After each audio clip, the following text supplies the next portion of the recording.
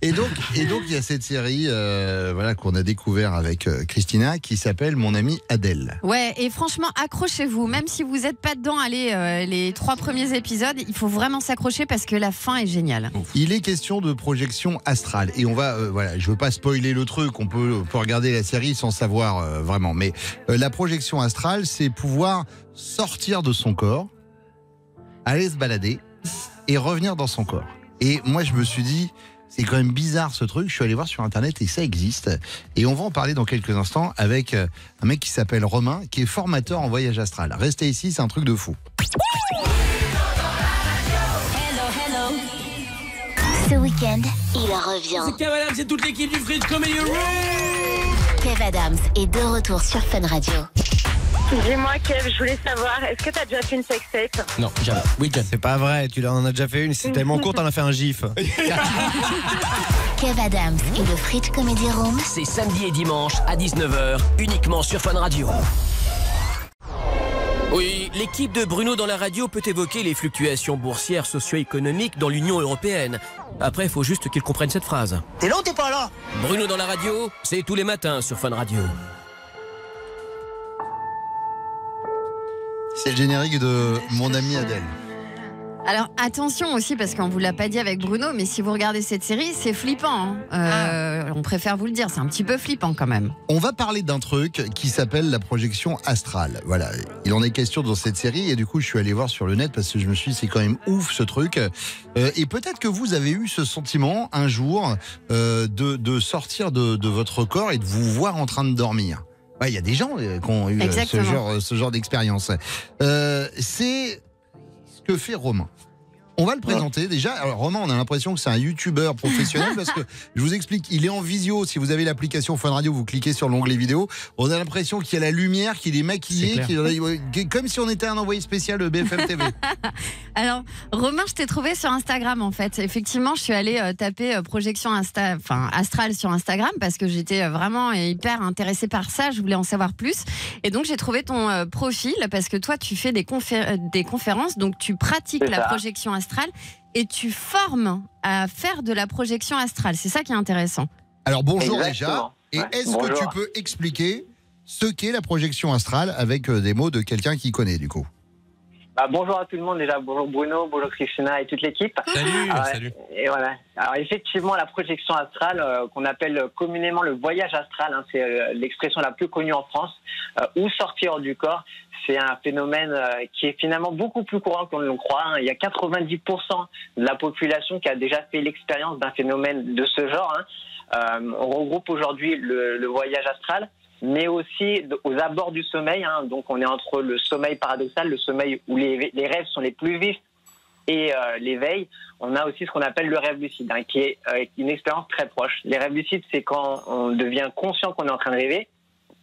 Et la sortie du corps, le voyage astral, on a littéralement la sensation de se dissocier de notre corps et on continue à ressentir les choses d'un point de vue sensoriel. Mais c'est quelle expérience qui t'a fait découvrir ça, Romain? Alors en fait, j'ai découvert le phénomène très jeune, j'avais environ 5-6 ans, ça a commencé après le décès de ma grand-mère. Donc je peux imaginer qu'il s'est passé quelque chose d'un point de vue psychologique, sûrement une sorte de traumatisme inconscient, qui fait qu'à un certain moment, soit au moment de l'endormissement ou au moment du réveil, d'un seul coup, je me retrouvais projeté dans la chambre et j'essayais d'allumer la lumière dans ma chambre, elle ne s'allumait pas. Ensuite, je me baladais chez moi. J'allais dans la chambre de mes frères et puis personne ne bougeait. Je croyais que j'étais mort ou que les autres étaient morts, quoi. Donc pendant des années, ensuite j'ai commencé à explorer un peu plus pour savoir ce qui m'arrivait. Alors moi, Romain, j'ai une question parce que en fait, je pense que c'est un truc qui m'arrive. On m'a dit que moi, le truc qui m'arrive quand je dors, parfois, tu sais, je n'arrive absolument pas à bouger. J'ai tout mon corps qui bourdonne et ma tête qui commence vraiment à bourdonner. Et pour moi, c'est impossible et de me réveiller et de bouger. Et en fait, on m'a dit que c'était comme ça que débutaient les projections astrales. Est-ce que c'est vrai ou pas ? Exactement. Alors, on appelle ça la paralysie du sommeil. C'est un phénomène qui est typiquement associé à ce qu'on appelle la phase. Donc, je parlais du rêve lucide, la sortie du corps. Et la paralysie du sommeil, en fait, c'est une atonie musculaire temporaire. C'est-à-dire tous les muscles sont potentiellement momentanément désactivés. Et c'est ce qui se passe quand on est en train de dormir dans le sommeil paradoxal. Normalement, le corps est censé être immobile. Il y a une information qui est véhiculée à la moelle épinière pour rendre le corps immobile. Et là, qu'est-ce qui se passe? C'est que tu te réveilles à ce moment-là, ta conscience émerge, mais ton corps, lui, reste paralysé. Et en fait, dans ce phénomène, il y a toute une projection de notre état émotionnel qui va être projeté comme sur un écran en réalité augmentée. Et d'un seul coup, on a cette sensation de vivre les choses pleinement.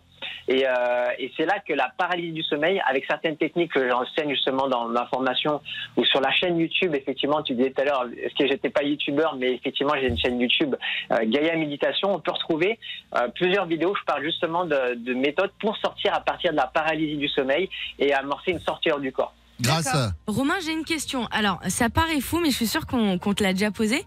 En fait, tu peux pas rester bloqué parce que ça peut faire peur, tu vois. Genre, tu te dis, imagine, je reviens plus jamais dans mon corps. Genre, t'es bloqué dans l'au-delà ou je sais pas où, mais je sais pas. Alors, je dis souvent, je ressors souvent la même phrase, c'est que personne qui se serait retrouvé bloqué n'est revenu pour dire les amis, je suis resté bloqué en sortir du corps. Donc, en fait, mais c'est vrai. Mais en fait, ce qui se passe, c'est que c'est beaucoup d'idées qui ont été véhiculées parce qu'à l'époque, c'était quelque chose qui était accessible seulement dans les écoles des mystères.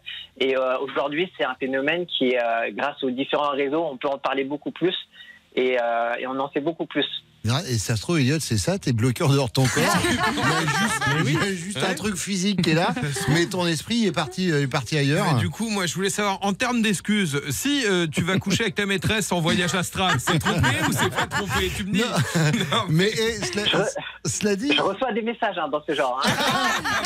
Cela dit, Romain, c'est un truc, alors, d'un point de vue scientifique, en fait, est-ce qu'il y a une certaine logique à ce truc? Parce que tu sais, moi, je suis quelqu'un d'assez cartésien. Est-ce que les scientifiques, ils se positionnent comment par rapport à ça?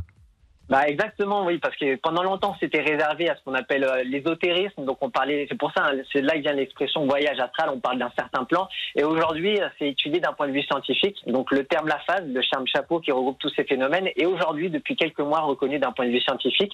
Et ça fait l'objet d'études, donc à la fois dans des centres du sommeil et puis dans certains hôpitaux, où justement, on étudie tous ces phénomènes, aussi bien les personnes qui sont atteintes de narcolepsie, qui s'endorment d'un seul coup en journée. Et on sait qu'il se passe quelque chose. On arrive à observer des choses au niveau du cerveau. On voit que plusieurs actions, notamment au niveau du lobe frontal, il y a une grosse activation de différentes zones du cerveau.